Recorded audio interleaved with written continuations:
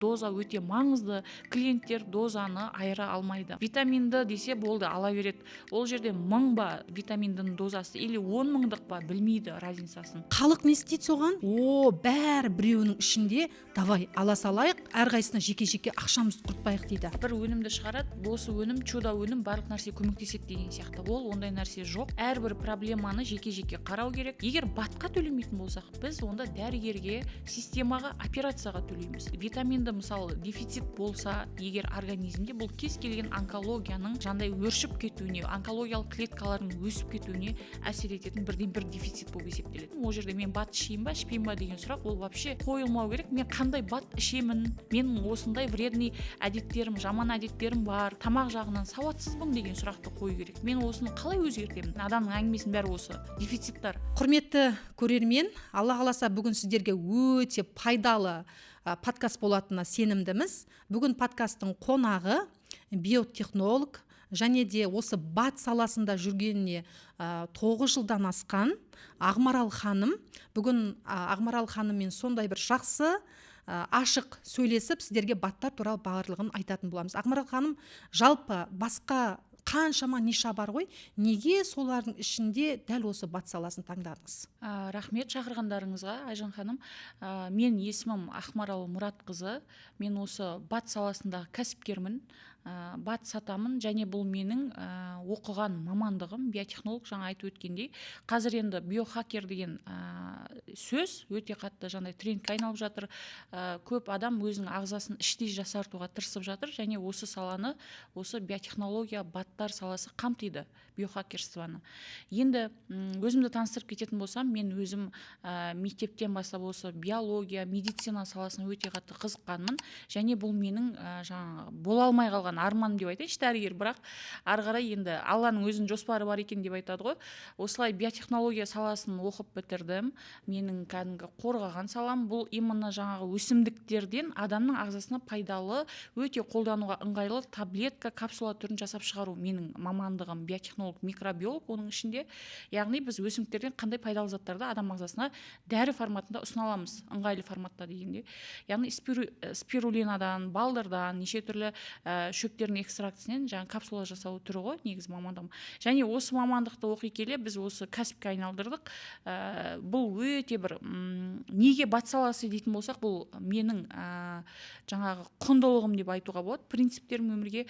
Өйткені бизнестің бір құлшылық форматында болсын, одан кейін болады маған басқа нәрсені де сатуға болады, мысалы кальян сатуға болады, или болмаса кез келген бір киімдерді сатуға болады деген сияқты. Бірақ мен осы бизнесті да, денсаулықты да бір нәрсеге, бір салаға тоғыстырғым келді.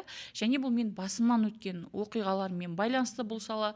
Өйткені өзім көзім жеткен сала. Бұл бара-бара 21 ғасырда адамдар осы батқа тәуелді болады. Және адамдар қазір өте қатты ұйқыда жүр, не деп айтамыз, горилла, дизи ішетіндері күнделікті, ер адамдар, жас жігіттеріміз не істейді, шөп шегеді, закладка іздеп жүреді дворлардан. Бұл біздің қазіргі күйініп айтатын нәрсеміз. Аутизм балалар көп. Неге аутизм балалар көп? Себебі ер адамның денесінен шығатын ұрық, белінен шығатын ұрық өте сапасыз. Әйел адамның жатырында өсетін ұрық, ол жерде жатыр қолайлы емес.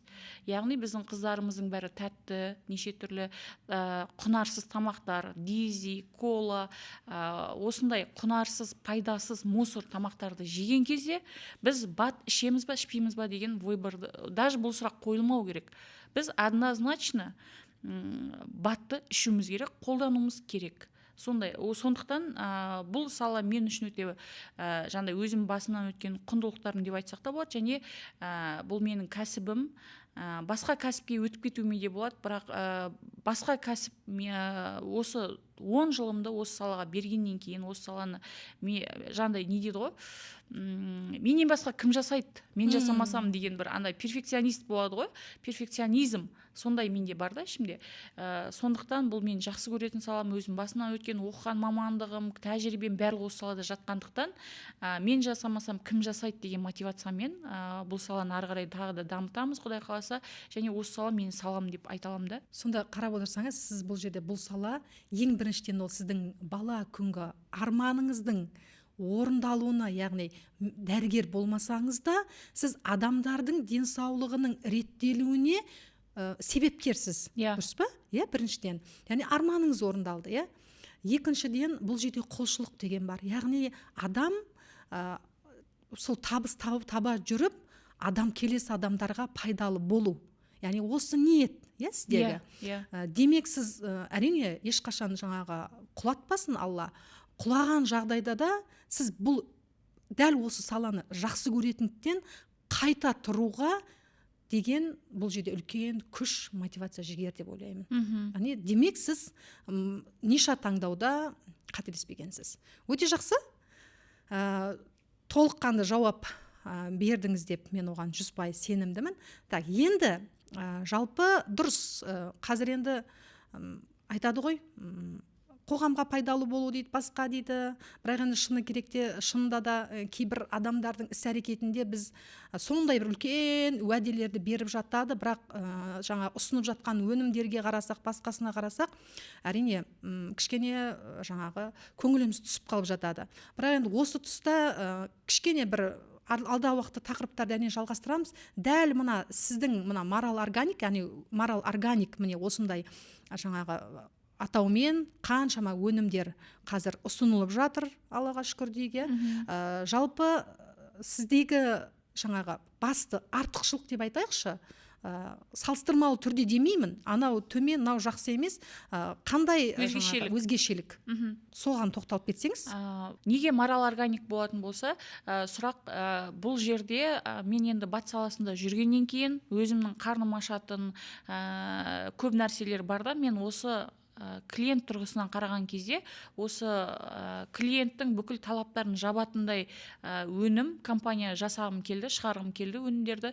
Сондықтан Марал Органикте бұл ең жоғары дозалар және количество жағынан 90 капсуладан жоғары және қолжетімді бағамен. Одан кейін мен өзім биотехнолог болғаннан кейін көп адам, көп компания бұл жарнаманы дұрыс жеткізе алмайды. Мысалы, жаңағы қалай деп, иназитолды мысалы, не үшін ішу керек, оны дұрыс айта алмайды.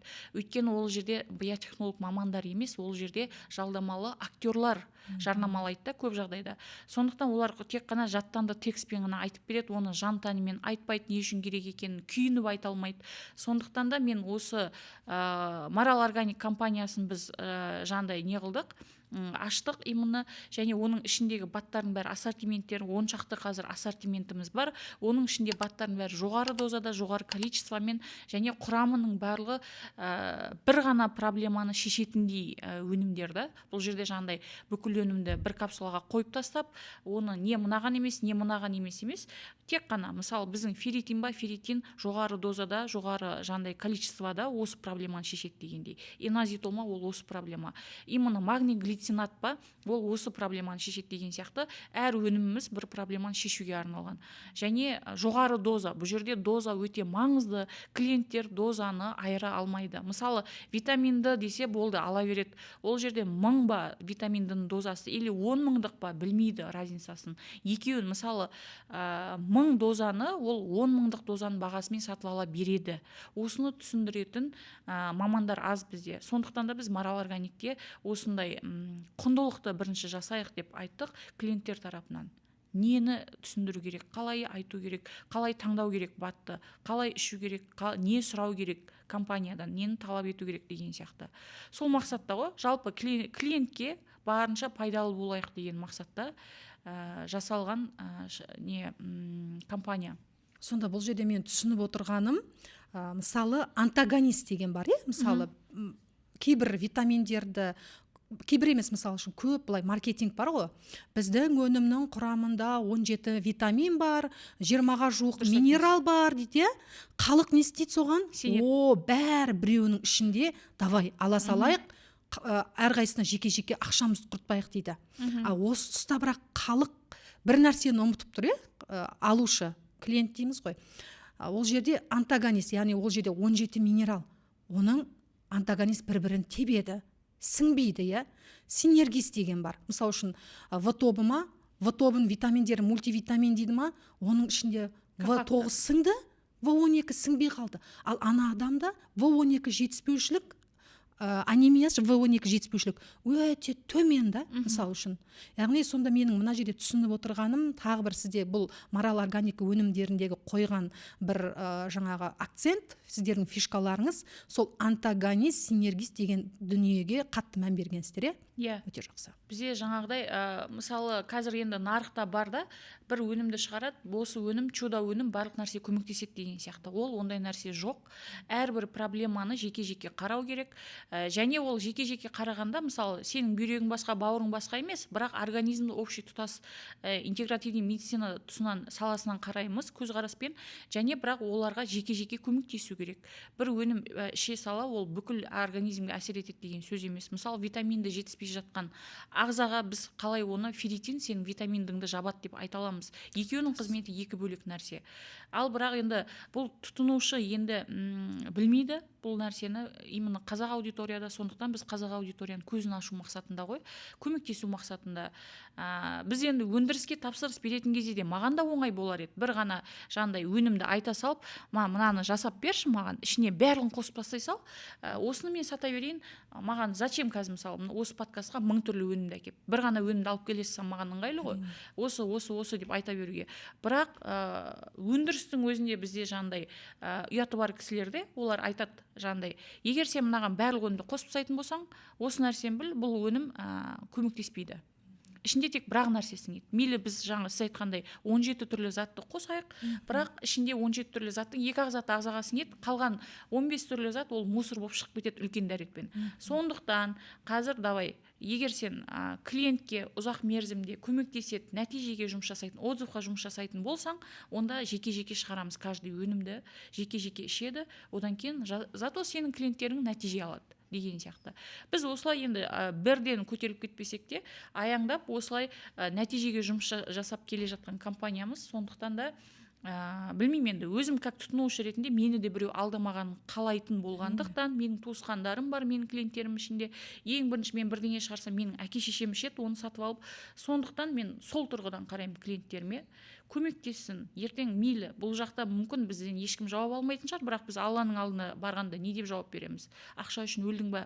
Мен саған барлық мүмкіндікті бердім ғой, неге бөлек-бөлек шығаруға болмады деген, барлық нәрседен сұраламыз ғой біз енді.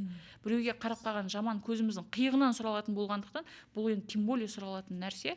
Сондықтан жандай долгосрочный проект бұл. Жандай тек қана ақшаның несімен жасалған нәрсе емес, ақша құндылық емес, бұл жерде нәтиже құндылық бізде. Дұрыс, мен сізбен 100% қосыламын, өте дұрыс. Енді өзіңіз білесіз, бұл жерде қазір мен сізге дәл қазір қоятын сұрағымды, мен сізге бір жаңағы әріптес сияқты емес, жалпы сізге халықтың атынан, халықтың атынан қоюшы деп қабылдаңызшы. Бізде қазір бат қабылдауға байланысты қоғамда үлкен пікірталас жүріп жатыр да.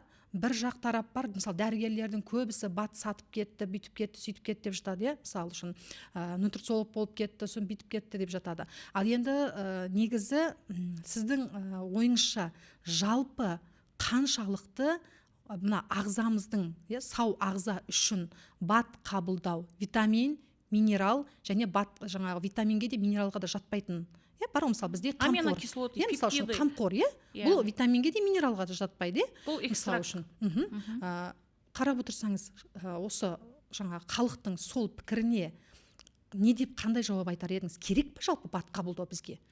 Әлде артық шығын ба ол? Егер біз салаттан экономдайтын болсақ, фруктыдан, овощтан, қазақша айтқанда жемістерден, көкөністерден, еттен экономдайтын болсақ, біз батқа төлейміз. Егер батқа төлемейтін болсақ, біз онда дәрігерге, системаға, операцияға төлейміз. Бәрібір бұл бізден төленетін нәрсе. Сондықтан біз қазір ойлануымыз керек. Мен қазір ауыратын жол іздеймін ба, или ауырмайтын жол іздеп профилактикамен алдын алайын ба деген нәрсе болу керек та. Қай жағына жұмыс жасау керек? Бұл жерде көбінесе адам өзі екі нәрседе шешім қабылдайды екен да. Біреу өрт шыққан кезде, ал біреу өрттің алдын алу үшін. Біз қайсы топқа жатамыз деген нәрсе да. Енді бат бұл жандай пікірталасқа түсетін нәрсе емес. Егер саған денсаулығың қажет болса, қартайғанда жандай әркімге көзің жәутеңдеп қалып кеткің келмесе, жүр мені жандай дәретке шығарып жіберші, мен аяқ қолым қақсайды жүре алмаймын деген сияқты. Болмаса жаңағыдай келіннің қолына қарап қалатын жағдайға жетпеу үшін, баланың қолына қарап қалатын жағдайға жетпеу үшін, тем более қазір білеміз миллениал емес, бізде альфа ұрпақтар, зумерлар өсіп келе жатыр. Олар ол кездегі келіндер, менің келінім, мен ойламаймын, менің қас-қабағыма қарап отырады, мені сыйлайды деп мен ойламаймын. Өйткені сондай ұрпақ өсіп келе жатыр. Сондықтан әр адам өзінің жағдайын жасау үшін бұл батты ішу керек, 100% батты ішу керек. Дәрігердің кеңесімен, дәрігердің кеңесінсіз де іше беретін баттар бар. Мысалы, витаминдыға ешқандай дәрігердің анализі керек емес. Бұл магнийға ешқандай дәрігердің анализі керек емес. Бұл ішілу керек. Өзінің жаңа профилактикалық дозалары бар, терапиялық дозалары бар да. Мысалы, витаминдінің жаңағыдай профилактикалық дозасының ең жоғарғысы 10 000. Мысалы 10 000 дозаны ешкімнен сұрамай-ақ күніне бір рет тамақпен бірге ішіп отыру керек витаминдыны. Ал уже 20-50 000 дозалықтарды уже сенде дефицит болып жатса, дәрігер тағайындайды, дозаңды көтер деген сияқты. Ол уже терапиялық доза. 5000 доза, мысалы, ол да дәрігерден сұрайтын доза емес. Сондықтан витаминді қазір 99% адамда дефицит. Бұл витаминді, мысалы, дефицит болса, егер организмде, бұл кез келген онкологияның жандай өршіп кетуіне, онкологиялық клеткалардың өсіп кетуіне әсер ететін бірден бір дефицит болып есептеледі. Неліктен? Себебі витаминді бұл иммунитетке жауап береді. Иммунитет ағзаға түскен жаңағы тәттімен, микробпен, инфекциямен күресу үшін осы витаминдіні жаратады олар. Ал ол жетіспей жатқан болса, онда сенің әскерлерің, жаңа антителаларың әлсіз, слабый деген сөз да. Сен әскерге де жағдай жасау керексің, олар жақсы күресу үшін деген сияқты. Сондықтан омега-3-ді барлығы ішу керек, сұрамай-ақ ешкімнен. Одан кейін қазір бізде не бар? Ферритин төмен. Неге? Бұлшық ет аз, біздің денемізде бұлшық етте майымыз көп, холестерин көп. Неліктен? Себебі біз күнде ұннан жасалған бауырсақ, бешбармақ, тағы не бар? Күнде тәтті. Қазір біз күнде, бұрын баяғыда менің бала кезімде торт деген нәрсені біз тек жаңа жылда және если повезет, туған күнімізде ғана жейтінбіз. Ал қазір ше? Қазір күнде жейміз тортты. Ал бұл жерде уже күнде сен өзіңе минус жасап жатқаннан кейін, ол жерде мен бат ішейін ба, ішпеймін ба деген сұрақ, ол вообще қойылмау керек. Мен қандай бат ішемін, менің осындай вредный әдеттерім, жаман әдеттерім бар, тамақ жағынан сауатсызбын деген сұрақты қою керек. Мен осыны қалай өзгертемін, қандай бат ішіп өмірімді жеңілдетсем болады, әдеттерімді жақсы жаққа өзгертсем болады деген сұрақтар қойылу керек та негізі. Дұрыс айтасыз. Жалпы түсініп отырғаным сонда, мына бізде өмір салты дейміз ғой, ағзаның саулығы үшін жасалатын қарапайым әрекеттер бар. Қарапайым әрекеттерден бөлек міндетті түрде бізде, яғни талас тартысқа түсудің қажеті жоқ дейсіз. Яғни бұл жерде қабылдаймын ба емес, қандай түрін қабылдаймын, қандай дозада қабылдаймын деген сұрақ шынында да маңызды керек дейсіз. Жалпы тағы да бір сұрақ, мысалы бізде жаңағы ағзаның саулығы үшін айтып жатырмыз ғой, қарапайым бір әрекеттер деп жатамыз, жақсы жарайды. Бұған қаражаты болмаған күннің өзінде де қандай мына денсаулықтың дұрыс болу үшін ең бірінші нелерден бастағанымыз дұрыс жалпы? Енді ең базовый нәрселер бұл баттан бөлекте адам өзінің ағзасын қалпына келтіруге болады. Ол қарапайым базовый денсаулықтың уақытылы ұйқы, уақытылы тамақ, дұрыс тамақ, қимыл қозғалыс және судың мөлшері. Осы 4 нәрсе болса, және 5-ші стресс. Осы 5 нәрсені кәдімгі 5 уақыт намаз оқығандай ұстанатын болса, онда ол адам сапсау болады. Бүкіл витаминдерді жеген тамақтарынан алады. Енді егер ол нәрсе болмаса, сен түнгі 3-4-ке дейін TikTok қарайтын болсаң, кез келген TikTok'тағы шыққан 2-3 минуттық видеоларға біреуіне күліп, біреуіне жылап отыратын болсаң, жаңа қимыл қозғалыс жоқ болса, жегенің күнделікті жаңағы кола, роллтон, бургер болатын болса, одан кейін тағы не бар? Суды аз ішетін болсаң, судың орнына жаңа макси чай, дизи, соны ішетін болсаң, осы қарапайым 5 нәрсені сен күнделікті хотя бы біреуінде ұстанбайтын болсаң, онда білмеймін, ол уже сен 60-ға жетесің ба, жетпейсің ба деген сұрақ. 60-қа еще сау болып жетесің ба жетпейсің ба деген сұрақ. Ал егер осы 5 нәрсені ұстанатын болсаң, сен батсыз да өмір сүре аласың. Ол адамдар уже батқа тәуелді емес. Бірақ осы 5 нәрсені ұстанбай кетіп қалсаң, уже запущенный организм дейді ғой, кетіп қалған, уже артық салмақ бар, жүйкесі сыр берген, телефоннан айырыла алмайды, жегеннің тамағы дұрыс емес болса, онда сен уже батпен өзіңе көмектесу керексің. Бірінші батпен бастау керек. Мысалы, көбі жандай, сен уже 4-5 жылдан бері диетадан сырып болып жүрсің, онда сен уже оны табиғи түрде дұрыстай алмай қалуың мүмкін да, өйткені сырыпсың, сен уже гормональный уровеньде ағза бұзылған, инсулин сенде повышенный. Ол кезде біз уже біздегі қамқор өнімін ұсынамыз. Бұл барбарис экстрактісінен жасалған. Бізде ешқандай қазақ шөп танымайды. Шөпті танымайды қазір.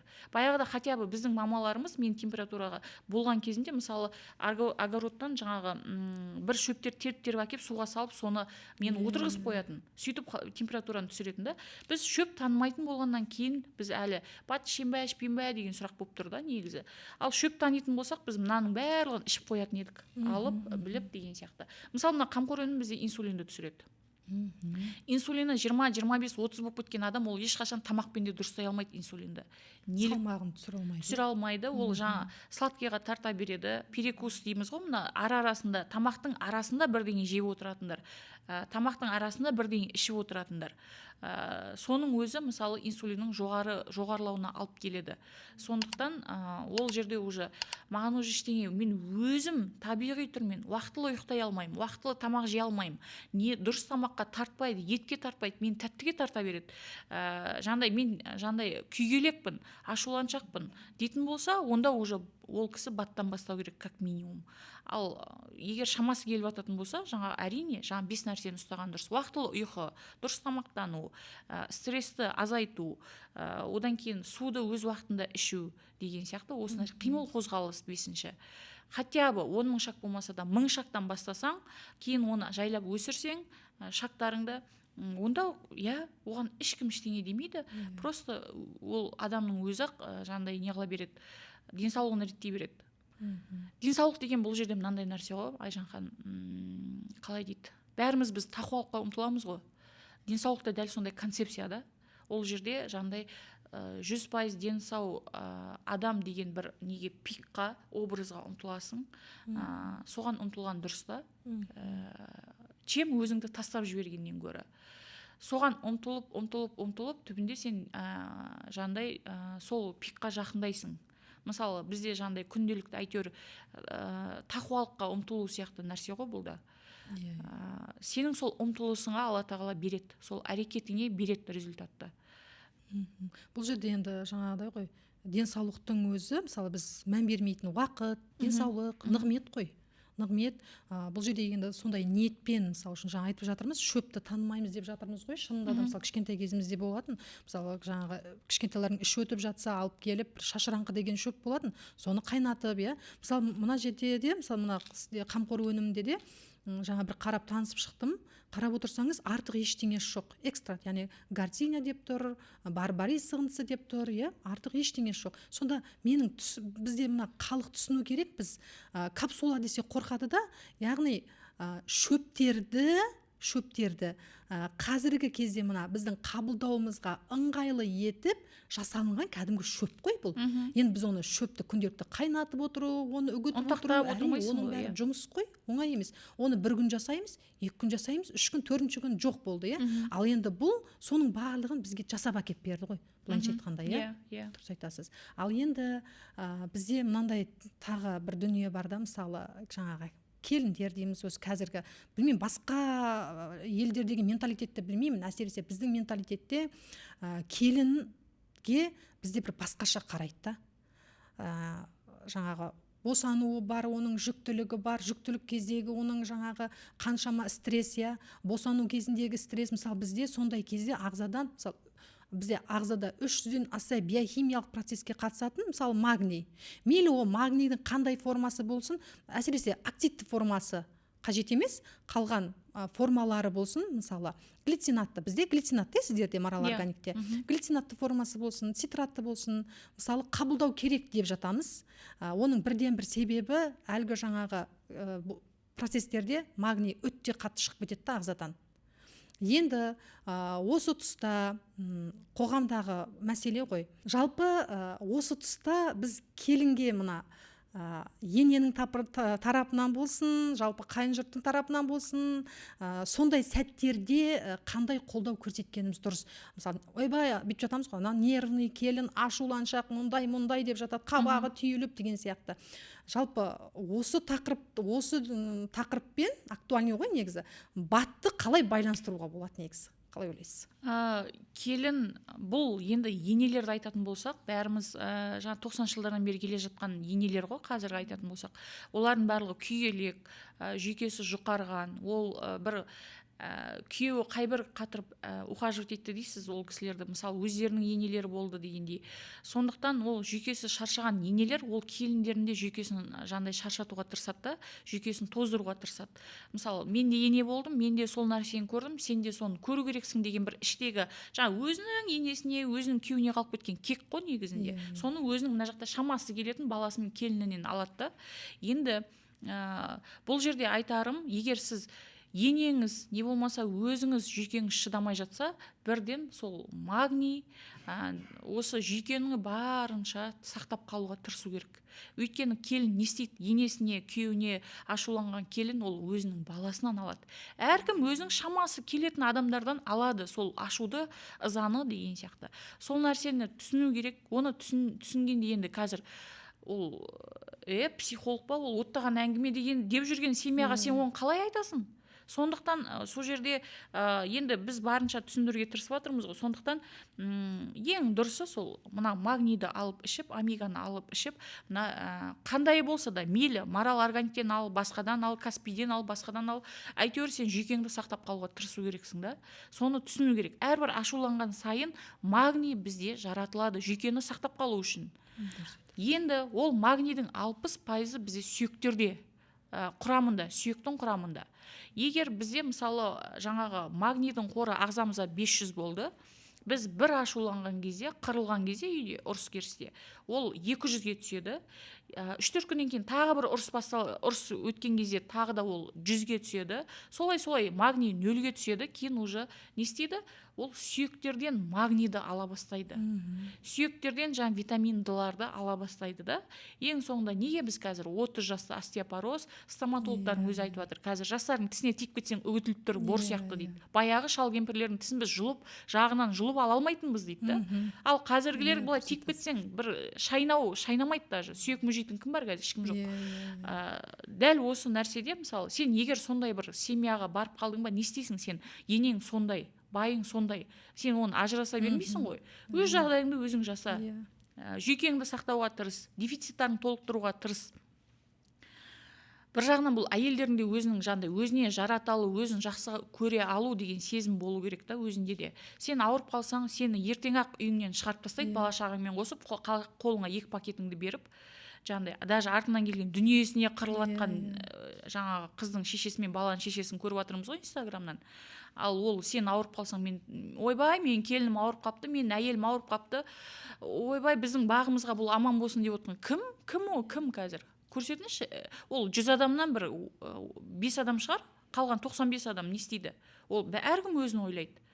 Сондықтан әр әйел бұл жерде келін, ене, екеуі де әйел ғой, білмеймін, қайсысы мудрый, сол уже өзін сақтауға тырысу керек. Сол ұрыстың арасында, сол әулетте, өйткені жаңағыдай түсіну керек та. Мен сау болсам, мен бақытты болсам, бұл балалар бақытты болады. Жаңа кешеде айтып жатыр ғой, неде әйелге тек қана бала керек, ал күйеуге әйел керек дейді. Ер адамдар сондықтан да әйелмен ажырасқанда жоқ болып кетеді, ішіп, шегіп, жандай не қылып кетеді дейді, қаңғырып кетеді дейді.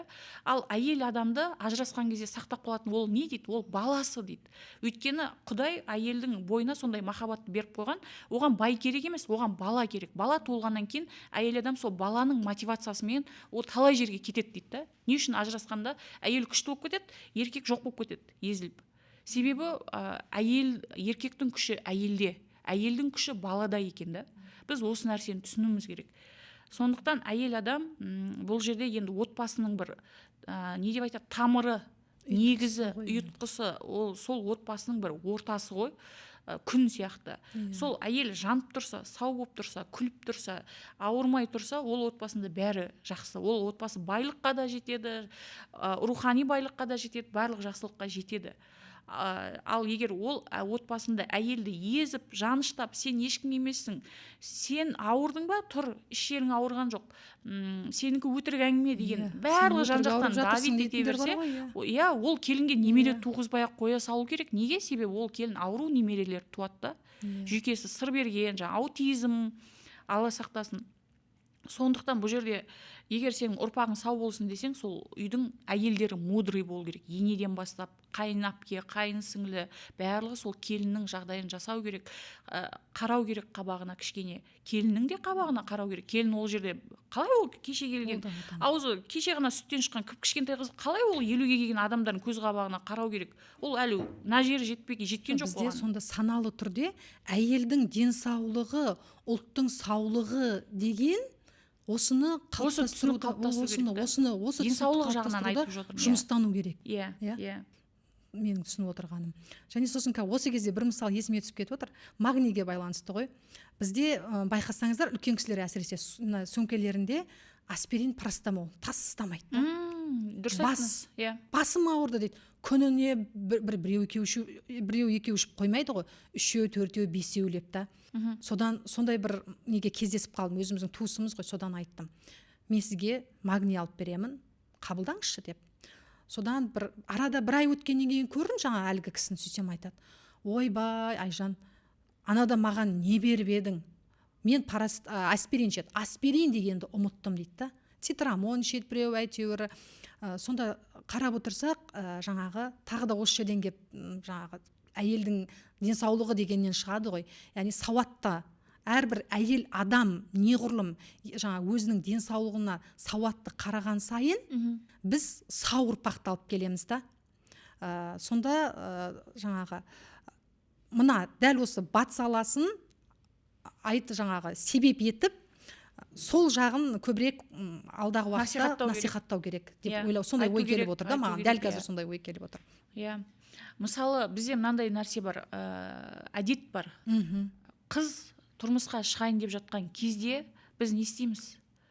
Оның көрпе төсегі, жаңағы сол жақтағы қыздың бетіне баспасын деп анау құда жақтан келетін 20-30 адамға кит дайындайды, тоғыз дайындайды, құда тоғыз, бірдеңе тоғыз деген. Бренд ыдыстар дейміз. Бренд ыдыстар, қыздың жаңа боянатын заттарын дайындаймыз, иә.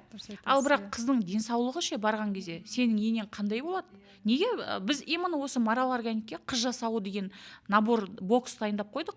Ол жерде жаңа құрамында витаминді, магний, омега-3, осы қамқор біздің өнімі, инсулинға әсер ететін. Өйткені тойдан неше түрлі нәрсе желінеді ғой. Одан кейін тағы не бар еді бізде? Йод, селен, қалқанша безінің жұмысына. Өйткені ол барғаннан кейін қызды бәрі аңдиды ғой. Ол қашан көтереді? Бұл залетпен келді ма, көтеріп келді ма, көтермей келді ма деген әңгімелерді. Сондықтан біз осындай қыз жасауын дайындадық. Осы бізден сатып алып, жасауға қосса болады боксты. Екі жақта денсаулыққа мән беру керек. Ол анау жаңағыдай неге емес, жаңа ел не дейді екен, қыздың артынан киім келеді, қалың мал қанша берді деген нәрсе. Ел бір жылдан кейін сыймай қалатын тағы бар ғой етін. Ол толықсиды деген сияқты қалады сосын, одан да пайдасы бар. Мына идеяларыңыз өте жақсы екен. Қыз жасауына именно осы баттардан набор жасадық. Именно сол просто басын қатырмай-ақ алып, сол жас келін мен жас күйеу ішіп бастай берсе болады. Бұл неге? Бұл жүктілікке дайындық. Өйткені қызды мен айта алмаймын, бірақ бала қайбір сау болып келді дейсіз. Бала қайбір ол пәк болып келді. Мысалы, қыздың пәктігі туралы әңгіме көп қой, бірақ жігіттің пәктігі туралы кім айтады? Ол қандай инфекциялардан келді мысалы? Ертең аутизм бала туылса, кім кінәлі болады? Әйел кінәлі болады. Ауру бала тудың. Қоғамдар күшті ғой деген әйелді кінәлі салады ғой. Қызыңа қарамапсың. Менің өзімнің немде болған, менің құрбым детский матка болып қалды да. Ойбай, өліп, жаңа 2 жыл жүрген жігіті, 2 жыл жаңа енесі прямо күшті, жаңағыдай күтіп отырған келіні деп айтайықшы былай. Сөйтіп келін болып түскеннен кейін 3 айдан кейін қыздың жаңағы етек кірі келмей, не істеді, енесі жаңағыдай тексертті, күйеуі бәрі жабылып жүріп тексертсе, детский матка екен. Қыздың мамасына звондап, не қыздарың детский матка ғой, алып кетіңдер, емдеңдер деді да. Не істеді? Салып жібере салды просто. 2 жыл жүрген жігіті, мысалы менің құрбымның басынан адам өткен емес, ол нәрсе. тұлға емес, қарап отырсақ. Кім емдейді түбінде? Біз Каспийден зат аламыз да, кішкене ұнамай қалса, бірдеңе дұрыс емес болса, возврат возврат жасаймыз ғой, болды тура ғой, сондай болды сонда. Дәл сондай болды. Менің таңғалған 2 жыл жүрген жігіті, өліп, күйіп, сүйем деп, жылап, еңіреп жүрген жігіті, мысалы, күйеуі болды. Ал ол шешесінен аса алған жоқ ар жақта. Яғни жігіттердің бас тартуы оңай негізде, ал қыз бала болса, егер жігітте сондай бір мәселе болса, ана қыз бас тартпай соңына дейін шыдайтын еді. Ойбай, бүкіл қайын жұрт қосылып күйеу баланы емдейтін еді ғой ондай кезде. Ал мысалы осындай моменттерде не істейді мысалы?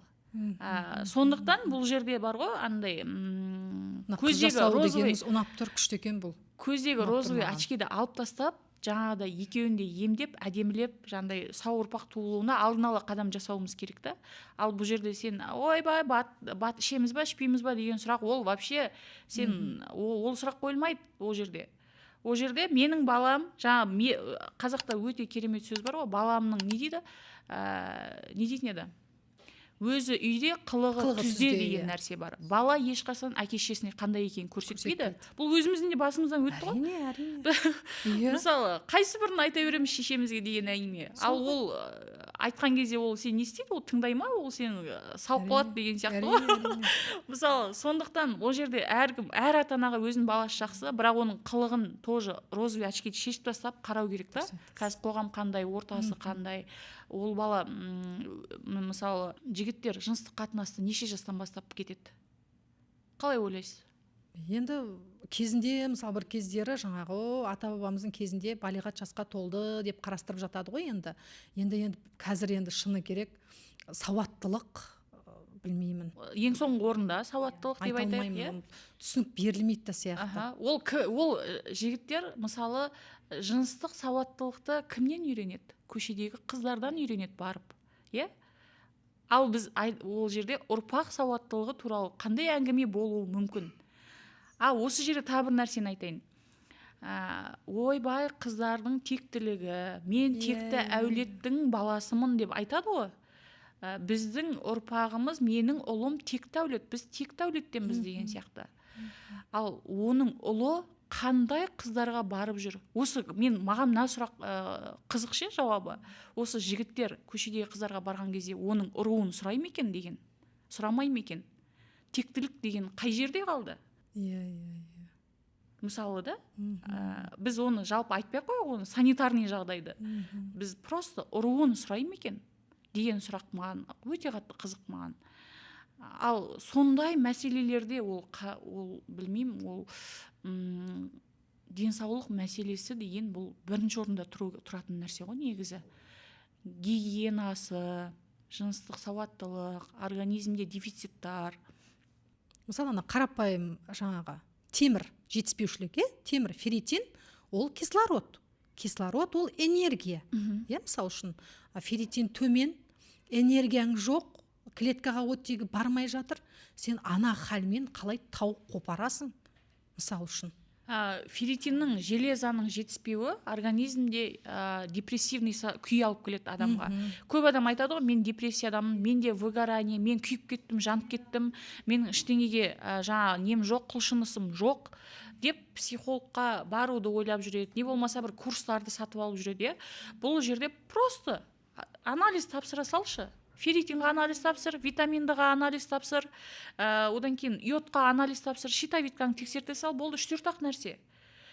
Осы нәрселер сенде дұрыс болса, одан кейін барып басқа нәрсені іздеуге болады. Ал сенде жаңағы организмде дефициттар дұрыс болмай тұрса, ол сен басқа курс оқысаң да, сен психологқа барсаң да, ол тек қана уақытша әсер етеді. Ертеңіне сен қайтадан таңертең солай шаршап, энергияң жоқ болып тұрасың. Мысалы былай ғой, яғни тесік шелекпен су тасыған мен бүтін шелекпен су тасыған екеуі екі түрлі, тура солай ғой. Яғни біздің ағзада дефициттерді дұрыс сауатты жаба алмасақ, өкінішке орай, біз жаңағы ойбай, мысалы үшін болады ғой, мен бүйтем, алдыма 2026-тан мынандай мақсат қоям дейді, бірақ өзі жаңағы сен денең оған дайын емес та. дайын, көнбей Сен денең жатыр, шаршап жатыр, дұрыс денең айтасыз, жетіспейді, энергия жетіспейді. энергия жоқ. Сен жаңа неге машинамен Алматыдан Астанаға барам дейсің, бірақ машинаңда бензин жоқ та.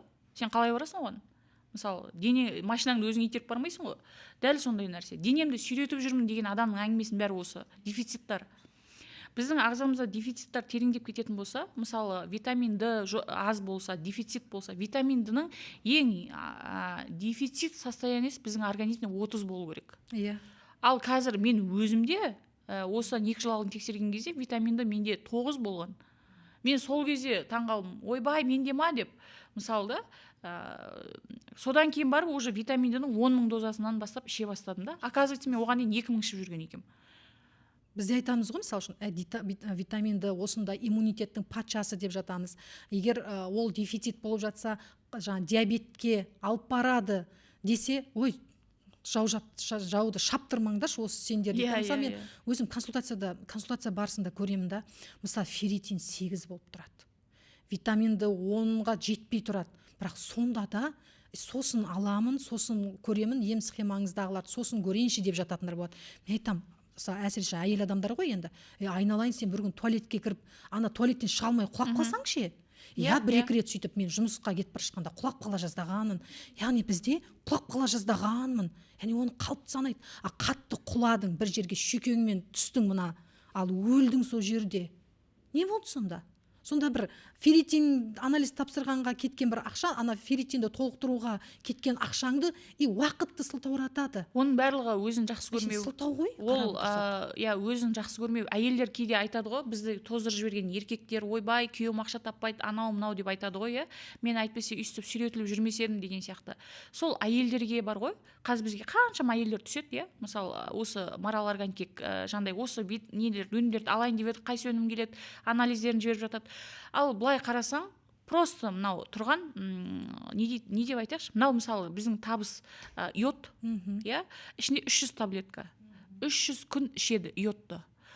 Бар жоғы бағасы 20 000 теңге. 20 000 теңге, айына 2 000 теңге, қанша 1800 теңгеден түседі, 12 айға бөліп алған күннің өзінде 1800 теңге. Осыны өзіне қимағаннан кейін оны не айтасың? Оны еркектер тоздырып жатқан жоқ, оны өзің мына жері тоздырып жатыр. Мына жерде өзіңе дефицитный жандай состояние, бұл миыңда болса, сенің ағзаңда да ол дефицитный не болады екен, состояние болады екен да. Сенің мына жеріңде ештеңе жетіспесе, миыңда өзі андай құлдық сана, кедей сана деп айтамыз ғой, не деп айтамыз? Сол жетіспесе, сен өзіңе ештеңе қимайсың. Сен последний орындасың.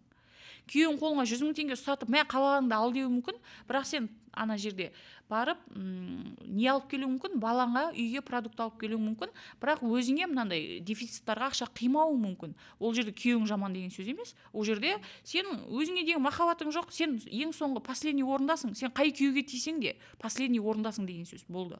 Сен соны қайталай бересің. Осы нәрсені де түсініп алу керек әйелдерге. Мысалы, көп әйелдер, еркектер, ер адамдар бізге түскен кезде решительный. Ақшаға вообще олар бас қатырмайды. Айттың ба, сатып алады, болды, кетеді, ішеді. Мысалы да. Сол үшін, білмеймін, ер адамдарға берекені сол үшін де Құдай беріп қойған ба деп айтамыз ғой.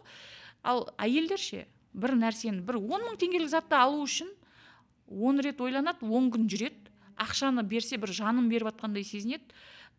Еще тағы түбінде ана күйеуім жаман, енем жаман. Ал сенің бізбен сөйлескен кезде оның қасына күйеу енесі тұрған жоқ қой, аңдып не алып атсың деп. Әшейін баланың түскен пособиясына өзінің организмін қайтадан қалпына келтіруге болады ғой туғаннан кейін. Жоқ.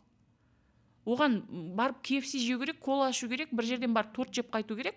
Ал бірақ нан ал десең жаны шығып кетеді. Не істейміз ол жерде мысалы? Сондықтан бұлар біздің клиенттеріміз емес. Бұларға осылай қаттыла батырып айту керек. Не болмаса өзінің басынан бір өту керек та бірдеңе. Жаңағыдай түсіну керек. Өзінен басқа ешкімнің оған жаны ашымайтынын түсіну керек та. Бір тиынсың, негізі өзінен басқа адамға өзінің жаны ашымай тұрса, оған сырттан кімнің жаны ашу керек? Қарап отырсақ, жаңағыдай ғой айтып отырғанымыз. Ененің қайдан жаны ашысын, күйеудің қайдан? Ана қалмен өзін ғана құртып жатқан жоқ. Дәл сол халмен айналасындағы балаларына да әсер етеді. Адам ғой енді, басқалар мен келіп құтқару керек дейтін адам ғой. Баласының да мазасын алады, мысалы. Күйеуінің де мазасын алуы мүмкін деген сияқты. Өзіңдегі халмен зияны тигізуі мүмкін, былайынша қарап отырсақ.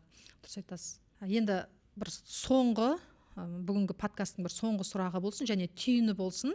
Бізде жаңағы тағы да сол менталитетіміз ғой. Мысалы, той жасап жатамыз, жиын той, тіпті мына садақа дейміз, иә. Сол кездің өзінде бір дастарханға бір 3-4 түрлі кемінде салат қоймасақ, ана самсаның басқасы бір түр-түрін қоймасақ, бір ғана тым жоқ сияқты көрінеді да. Уақытқа қарамаймыз, сосын байқайсыз ба? 11, 12, 12-де ет келеді ғой тойханада. Оны жейміз. Сонда мен айтамын да, ана біздің инсулин не болып жатыр? Оған бас ауыртпаймыз. Оны қоя беріңізші. Бізде ысырап дейді да, ысырап. Біз жеп қойсақ, аны жеп қою керек, біз сол ысырап дейді. Қазанға ысырап ше, ол ше. Оған қарап жатқан жоқ. Жалпы осы туралы не айтар едіңіз жалпы?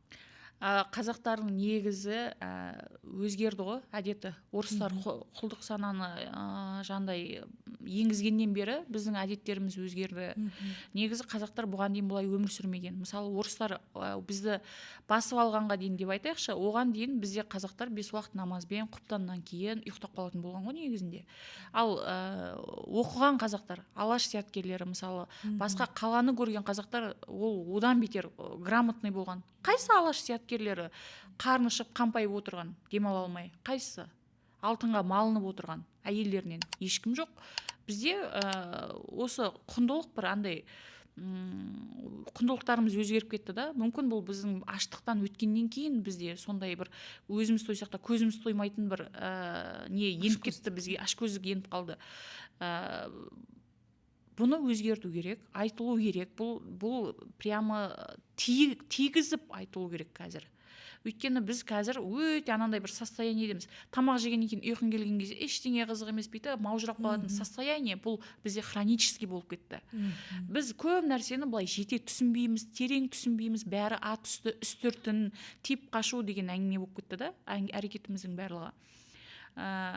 Бізде жаңағы дастарханнан бастап барлық нәрсе өзгеру керек. Менталитет деген бұл не? Менталь деген не? Менталька деген не? Бұл біздің мышлениеміз, ойлау жүйеміз.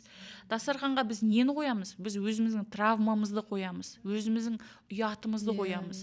Кімнен? Дастарханы да сол адамның несін көрсетеді, мышлениесін көрсетеді. Сол үйдің, сол әулеттің толтырып, ана бауырсақ, бір ұннан жасалатын бауырсақ, самса, анау, мұнау бәрін қойып тастайды да. Нені көрсете алмай жатсың сен? Неңді көрсете алмай жатсың? Ақшаң бар дегенді көрсете алмай жатсың ба? Или қалай біз тоқпыз деген нәрсені, или мен сауатсызбын деген көрсете алмай жатсың ба? Оны қазір сауатсыздық деп қабылдауға болады. Қонаққа сен өзіңе не қалайсың, соны қойсай конкретно. Өзің ет жейсің ба, етті қой, қаз жейсің ба, қазыны қой. Оны жандай арзан көп нәрсе қойып тастамағанша нақты сол ақшаның бәрін жинап икра қой әдемілеп, салат қой күшті жандай ішінде еті бар кәдімгі қымбат салаттардан. Болды, содан кейін сен айтып көрсінші. Айтатын адам ол сен аузына икра салып қойсаң да айтады, айтпайтын адам ол айтпайды деген нәрсе да. Сол кезде ол біздің ел не дейді деген сөзге табынып тұрғанымыз ғой біздің. Ойбай, анау дастарханы сірестіріп, толтырып қойыпты. Масқара дастарханы деген әңгімені есту ғой енді. Сол арқылы өзіміздің кішкене самооценкамызды көтеріп қалу да. Ал егер самооценкаң толық өзің толық тұлға болсаң, сау тұлға болсаң, ол елдің сөзіне қарамайсың. Дастархан давай, мен баламнан бастап, осы әулеттен бастап дастарханды дұрыстайын. Баламды жандай әулетімізбен дұрыс нәрсе жейік, әулетті қойсаш, өзіміздің отбасымызбен дұрыс тамаққа көшейік, холодильникті тазалайық, дастарханды тазалайық деген нәрседен бастау керек та негізі. Одан кейін барып бұл бат ішейін ба, ішпейін ба деген сұрақты сосын қойсаң болады. Мен и так 10 жылдан бері дұрыс тамақтанып келе жатырмын, бат ішейін ба, ішпейін ба деген сұрақты сол кезде қоюға болады. Ал егер ондай емессің ба, соны өзгерту керек. Одан кейін тағы бір нәрсе бар. Бізде қазақтарда баттарға бар ғой, анандай емдейтін дәрі сияқты күтеді ғой сондай нәтиже. Сен өзің 10 жыл бойы жандай әрең ырсылдап отырсың давлениемен, сахардан, бүгін келіп мынауың қанша күнде көмектеседі? Айналайын, сен розовый очкиді шеши көзіңнен. Сен 10 жылдан бері ішіп келатқан колаң, 10 жылдан бері жеп келатқан оның, 10 жылдан бері жеп келатқан қантыңды сенің бүкіл дүниенің жаңағы өнеркәсіптері, дәрігерлері қосылып сені бір күнде өзгерте алмайды, емдеп жібере алмайды. Сен оны постепенно чудо өзіңде, өзіңнің әрекеттеріңде чудо. Чудо ол сенің дисциплинаңда. Содан кейін барып мынаны көмектесуші құрал ретінде істеуге болады да, ішуге болады. Мысалы жаңа инсулинді айтайық. Бардық, инсулин деген нәрсе бұл не? Инсулин бұл аузыңа сен чипси салсаң да, не болмаса ет салсаң да, күніне сен 5-6 рет аузың шайнаңдап тамақ жеп жүретін болсаң, семечкі шағып жүретін болсаң, арасында оны буратинамен ішіп жүретін болсаң, онда сенде инсулин повышенный деген сөз. Енді ары қарай не істейміз? Инсулин ұйқы безінен бөлінеді. Ол жаңағы сенің жеген тамақтан түскен калорияңды, тәттінің барлығын қанның құрамында қалдырып кетпей, ары қарай клеткаларға энергия етіп беріп жіберу керек. Ал бірақ біз не істейміз? Инсулин бөлінеді, басында. Бастапқы 4-5 жылда инсулин жақсы бөлініп, сенің энергия қылып беріп тұрады жеген тамағың бәрін. Қандай тамақ жесең де, сау тамақ жесең де, ауру тамақ жесең де беріп тұрады. Яғни клеткаға ашып беруші ғой. Ашып беріп кілт ол, есікті ашып береді. Глюкозаға, глюкоза еніп, саған күш қуат, энергия былай не дейді, жаңа тәтті жеген кезде көзім ашылды дейді ғой, сол нәрсе ғой. Ал ол сенде болу керек та, сол жағдай сенде 24/7 болу керек. Ал ондай 24/7 емес, сен тәтті жегенде ғана бүйтіп жанасың, қайттан өшіп қаласың. Тәтті жегенде ғана жанасың, өшіп қалатын болсаң, онда ол сенде инсулин повышенный, қалыпты емес. Сен уже жаңағы көмірсу, тез жанып кететін көмірсу, ауру тамақтарға сен тәуелдісің, өйткені сен ағзаң уже отырды соған, как наркотик сияқты. Сенің көңіл күйің де тәттіге байланысты болып қалды. Білесіз ба, байқайсыз ба, әйелдер, мен диета ұстасам ашуланшақ болып кетемін дейді. Неге? Себебі анау инсулин жаңағы сахарды түсіріп жіберді, сахар түсіп кетті организмде, сахар түсіп кеткен кезде ол көңіл күйге де әсер етеді. Энергия түсіп кетеді адамнан, энергия түсіп кетеді. Сол үшін ол энергия іздеп адам жаңа тәттіні жей береді ғой негізінде. Сондықтан да біз инсулинді қалпына келтіру үшін, инсулин деген екенде, инсулина резистенттілік деген жағдай бар. Бұл сахардың алдындағы жағдай. Сен бірден сахар болып қалмайсың. Сен 10 жыл инсулина резистенттілікпен, яғни инсулин гормоны повышенныймен жүресің. Содан кейін барып саған сахар деген диагнозды қояды. Сахар диагнозы қойылма прямой жол ғой, сахарға ашылатын прямой жол ғой инсулин резистенттілік дегеніміз қарап отырсақ, сахар бұл тірідей шіріп кету дегенді білдіреді. Сен тірідей шіри бастайсың сахар болған кезде. Не сен инсулинға отырасың, искусственный инсулинға, себебі сенің организм уже инсулинді шығарып бітіріп тастаған, сен лимит біткен организмде. Сол үшін сен искусственный инсулинға отырасың, не болмаса сен диетаға отырасың. Болды, ол түбінде сенің келетін нәрсең диета деген нәрсе. Не сен күшпен келесің сахармен, не болмаса осознанно қазір әдемі жағдайда келесің деген нәрсе ғой. Сондықтан сахардың алдын алуымыз керек. Сахар болдың ба, сен бүкіл ауру келді саған уже. Болды. Ол сахар деген сөз, ол сенің қан ауруы. Қан сенің бүкіл ағзаңда. Ал сен қан бүкіл ағзада, қан көзге де керек, қан аяқтың ұшына да керек, қан сенің шашыңа да керек, қан сенің құлағыңа да, асқазаныңа да, буындарыңа да керек болса, сахар болсаң, сен не істейсің? Қан уже тәтті, қан жүрмейді, қан жабысып қалған тәтті шіре болып бір-бірімен. Оны сұйылту үшін біз бірінші су ішуіміз керек, екінші тәттіні доғаруымыз керек. Осы екі нәрсе доғарылса, сахардан сақтайды. Ал қан қойыласып шіре болып қалса, ол сенің көзің кетеді. Сахар ауруымен ауыратын адамдарда не істейді бірінші? Көзі кетеді, бүйрек кетеді. Өйткені организмдегі тәттінің бәрін организм өзі шығарып тастау үшін сенен су сұрайды, шөлдетеді. Ал ол шөлдеп, ол сенің жеген сахарың бәрін шығару үшін саған бір стакан су жетпейді, саған 5 литр су керек. Ал 5 литр суды сенің бүйрегің көтермейді. Бүйрекке күш. Ал бүйрек, ладно, бүйрек сұрайды, шығарады, түбінде бүйрегің сенің не істейді? Істен шығады. Ол да, бүкіл нәрсең сенің шайылып кетеді, витаминдерің барлығы, жаңа сумен бірге. Себебі сен сахардан құтқарып жатыр организм.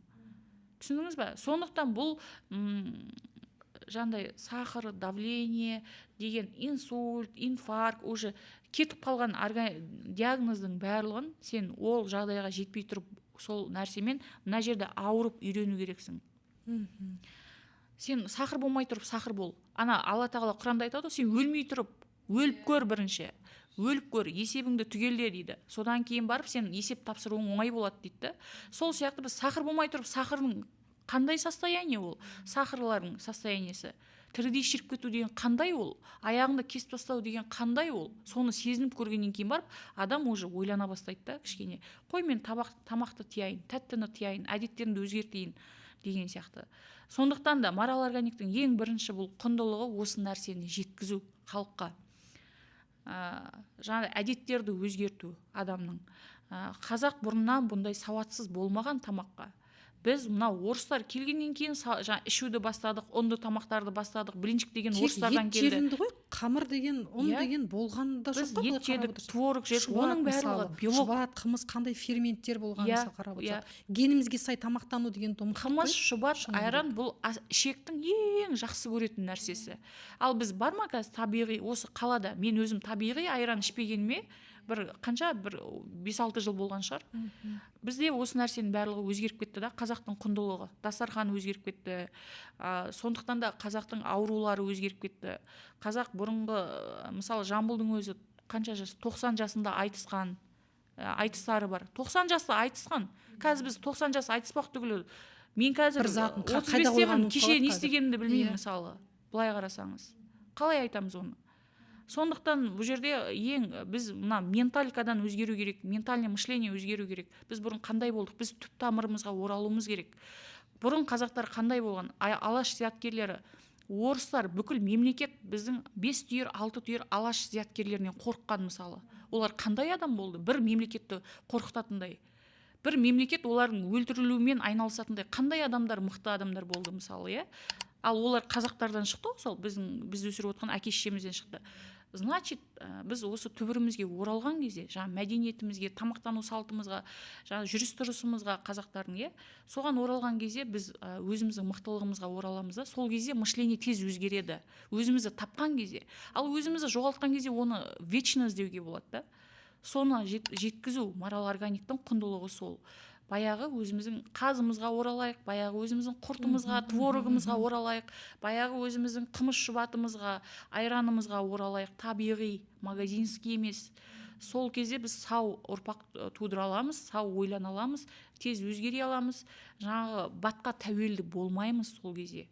Соны жеткізу бізде. Меніңше бүгінгі подкаст барысында өте бір тіпті дәптерге ручкамен түртіп алатындай кеңестер айтылды деп ойлаймын. Сізге көп рахмет. Аурудың алдын алу әлдеқайда арзан аурумен күрескенге қарағанда. Міне осыны ашалдық деп ойлаймыз бүгін. Келгеніңізге көп рахмет. Айтарыңыз көп болсын алда. Рахмет Айжан ханым. Сау болыңыздар.